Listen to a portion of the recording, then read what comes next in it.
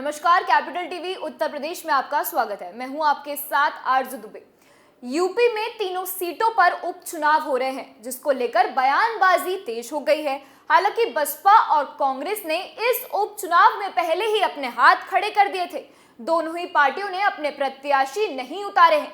खास बात यह है कि मायावती, जो अखिलेश यादव से चिड़ी चिड़ी रहती हैं, आजकल काफी सॉफ्ट हो गई हैं। इसके लिए हमें उनके कुछ ट्वीट्स पर नजर डालनी पड़ेगी। इस रिपोर्ट में देखिए। उत्तर प्रदेश के 3 सीटों पर हो रहे उपचुनाव को लेकर बयानबाजी तेज हो गई है। हालांकि तीनों ही सीटों पर बीजेपी और समाजवादी पार्टी के बीच सीधा मुकाबला है, जबकि बसपा और कांग्रेस ने उपचुनाव में अपने प्रत्याशी ही नहीं उतारे हैं। लेकिन उपचुनाव के बीच बीएसपी प्रमुख मायावती अचानक से एक्टिव हो गई हैं।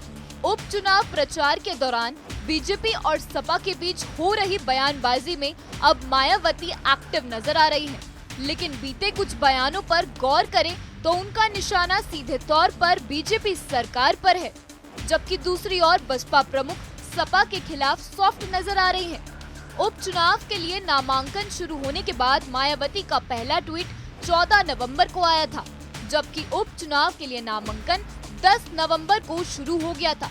14 नवंबर के ट्वीट में उन्होंने रायबरेली में दबंगों द्वारा कई दलितों को मार मार कर अधमरा करने का मुद्दा उठाया। ऐसी बढ़ती हुई घटनाओं पर बीएसपी ने सख्त कदम उठाए जाने की मांग रखी थी। इसके बाद 16 नवंबर को बसपा प्रमुख का फिर ट्वीट आया। तब उन्होंने बीजेपी के पासमानदा सम्मेलन और बीजेपी आरएसएस के पुराने बयानों को लेकर निशाना साधा था।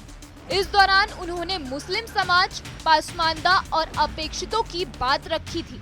तब मायावती ने कानून व्यवस्था का भी मुद्दा उठाया था। इसके बाद रोजगार, बुनियादी सुविधाओं, पक्के मकान और फ्री राशन का मुद्दा उठाया। उन्होंने खेती आयोग, भूमि के अधिग्रहण समेत कई मुद्दों पर बीजेपी सरकार को निशाना बनाया। अब मायावती ने अपने ताजे ट्वीट में महंगाई, बेरोजगारी को लेकर लोगों में बेचैनी, हताशा व निराशा की बात कही है। उन्होंने बीजेपी सरकार पर लापरवाही बरतने का आरोप भी लगाया है। उन्होंने कहा कि गरीबी, बेरोजगारी, महंगाई आदि अब असली राजनीति और चुनावी चिंता नहीं रही है। बता दें कि बीते उपचुनावों के दौरान बसपा पर आने वाले फैसले के जरिए बीजेपी को फायदा पहुंचाने का आरोप लगता रहा है। ऐसे में बीते कुछ दिनों से बीएसपी प्रमुख के इन बयानों के कई राजनीतिक मायने निकाले जा रहे हैं।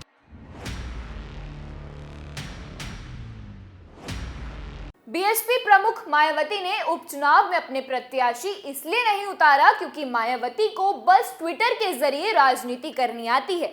ये लगातार उनके ट्वीट से साबित हो गया है। फिलहाल के लिए इस खबर में बस इतना ही। जुड़े रहिए कैपिटल टीवी के साथ। नमस्कार।